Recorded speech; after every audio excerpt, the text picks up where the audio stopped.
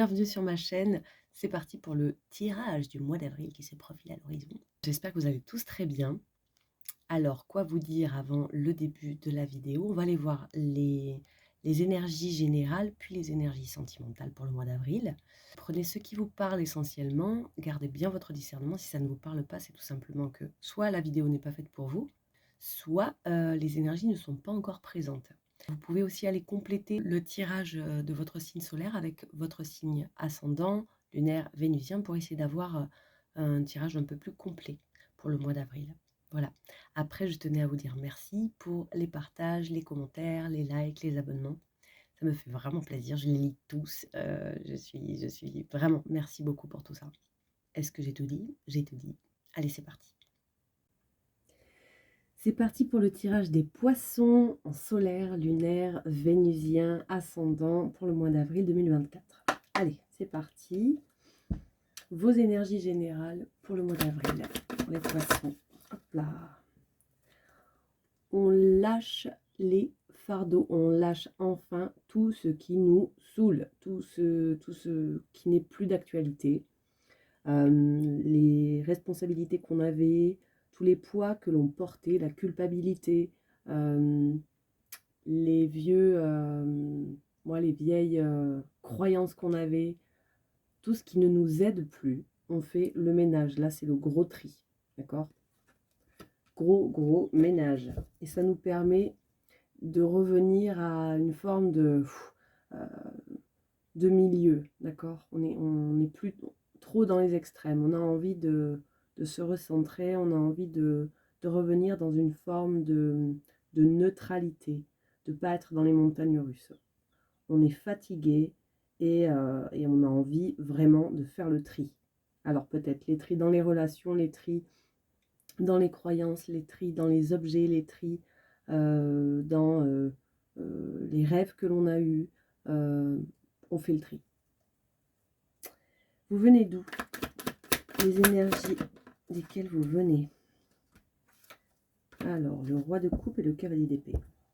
Vous venez d'un moment où vous avez beaucoup parlé, vous avez libéré, vous avez communiqué, peut-être de façon un peu maladroite, dans le feu de l'action, sur les émotions que vous aviez et sur la posture que vous souhaitez prendre au niveau émotionnel. Vous souhaitiez vous responsabiliser au niveau de ce que vous ressentez, les accueillir pleinement et mettre en place des actions, mettre en place un changement, un switch pour pouvoir être cette personne sage au niveau émotionnel. Alors, il y a peut-être eu des moments de maladresse au niveau communication. Peut-être que vous souhaitez apprendre davantage la communication bienveillante pour certains. Peut-être que vous avez vu un médiateur. Peut-être que voilà, il y a eu un moment à cœur ouvert où vous avez dit les choses clairement sur ce que vous ressentez et sur ce que vous voulez faire de ces ressentis. Parce que vous ne voulez plus souffrir. Vous ne voulez plus souffrir et vous voulez créer quelque chose de beau, quelque chose de grand, quelque chose de pérenne au niveau émotionnel, que ce soit sain. Vers où vous allez les poissons? Alors, tac, tac. Alors, vous allez vers un défi. Vous allez devoir retrousser vos manches, vous allez vouloir vous battre pour ce qui compte pour vous. Et ce qui compte pour vous, c'est ce que vous ressentez encore une fois. On a les émotions qui sont vraiment au centre, là, au cœur de tout ce qui se passe. Une déclaration d'amour, des excuses à faire à quelqu'un. Voilà, ça va parler à tout le monde de différentes façons, mais le cavalier de coupe, il met son cœur à nu et il offre ses émotions sur un plateau. Il montre son cœur, il parle avec son cœur. Il se met à nu au niveau émotionnel. Et là, vous allez vous battre pour ça. Vous allez vous battre peut-être pour qu'est-ce qui compte qu'est-ce qui prime pour vous? Quelles sont les valeurs qui pour vous sont importantes au niveau émotionnel? Qu'est-ce qu'on offre? Qu'est-ce qui est beau à offrir? Vous allez vous battre en utilisant vos émotions. Ok. Qu'est-ce qui va vous aider là-dedans? Alors, soit votre famille, soit les amis. Ce qui va vous aider, ça va être tout ce à quoi vous donnez de la valeur. Tout ce qui fait que votre vie, vous la sentez riche et belle. Que ce soit les belles relations, que ce soit une situation confortable, que ce soit une activité qui vous passionne, que ce soit le petit rayon de soleil ou le sourire d'un voisin, c'est ça qui va vous aider. Ça va être ça votre socle. Les grandes valeurs que vous avez qui sont déjà présentes dans votre vie. Et le fait de vous accrocher aussi à ces objectifs que vous vous lancez, que vous êtes lancé et que vous n'avez pas encore atteint. On me dit que oui, il y a de la fatigue. Il y a de la fatigue, mais vous êtes déterminé. Faites un pas de côté s'il y a un petit obstacle et allez-y. Qu'est-ce qui va vous challenger? Ce qui va vous challenger, ça va être de devoir faire preuve de courage sur le long terme peut-être. Peut-être que justement, avec cette fatigue, avec ces émotions qui remontent et cette lutte-là, il y a un combat à mener. Vous allez peut-être avoir du mal à être tout le temps dans la force, tout le temps dans le courage. Il y a peut-être un moment où vous allez sentir cette vulnérabilité et vous n'allez pas être capable tout le temps, d'accord, d'être fort, d'être un pilier, d'être courageux. Et c'est ok ça. On va aller voir qu'est-ce qui peut bloquer là-dedans.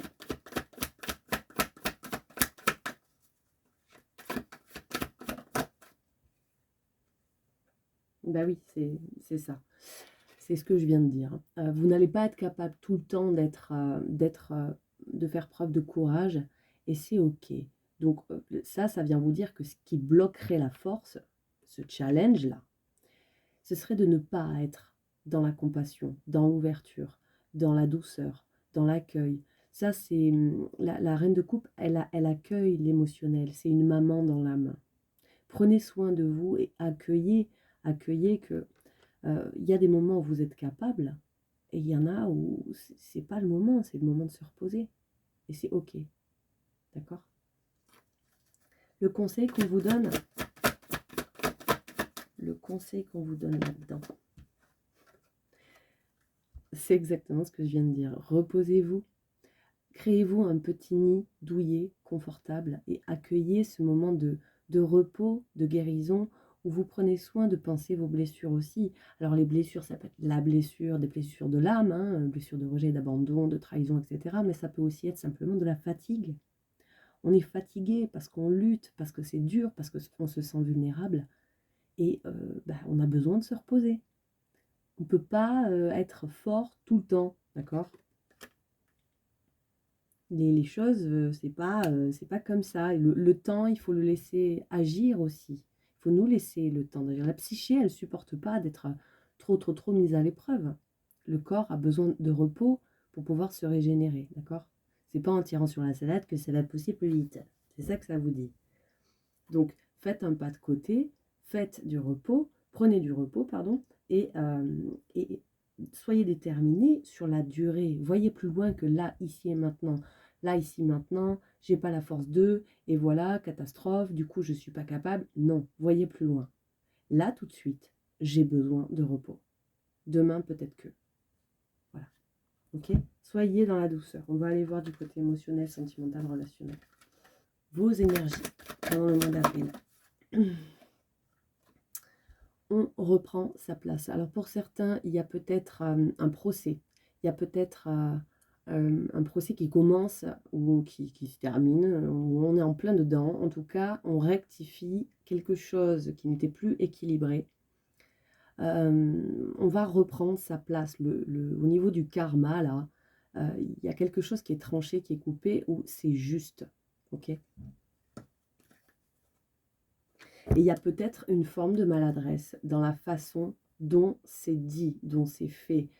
il y a une rapidité et il y a une impatience, une forme d'impatience dans la façon dont on dit les choses, parce que le cavalier d'épée, il est jeune là-dedans, d'accord? Et encore une fois, on retrouve le fait de lâcher les fardeaux. Hein. Vous venez d'où? Qu'est-ce qui vous amène à cette forme de justice que vous vous faites là? Alors pour certains, vous venez d'un moment où vous avez peaufiné, réfléchi à un sujet qui était en gestation pendant longtemps, avec l'impératrice.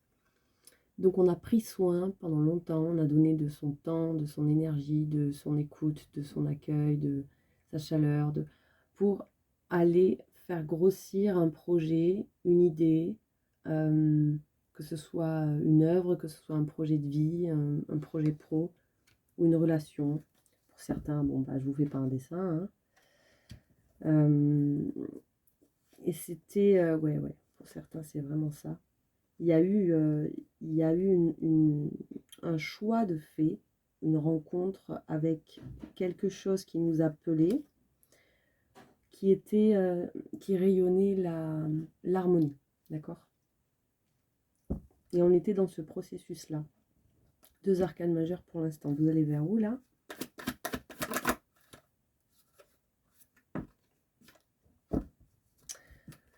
Alors au niveau émotionnel, on quitte enfin quelque chose qui ne nous nourrit plus pour aller chercher cette 9 de coupe qui nous fait vibrer.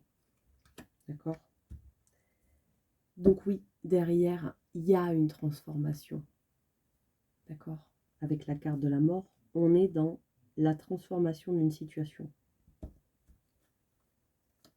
Qu'est-ce qui va vous aider là-dedans?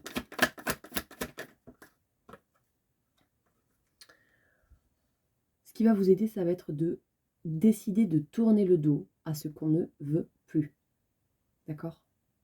Vous allez tourner le dos. Vous faites le tri, vous tournez le dos, vous partez. Alors soit vous partez au niveau matière, vous tournez le dos dans la matière, vous déménagez, vous quittez une situation, vous démissionnez, vous quittez quelqu'un.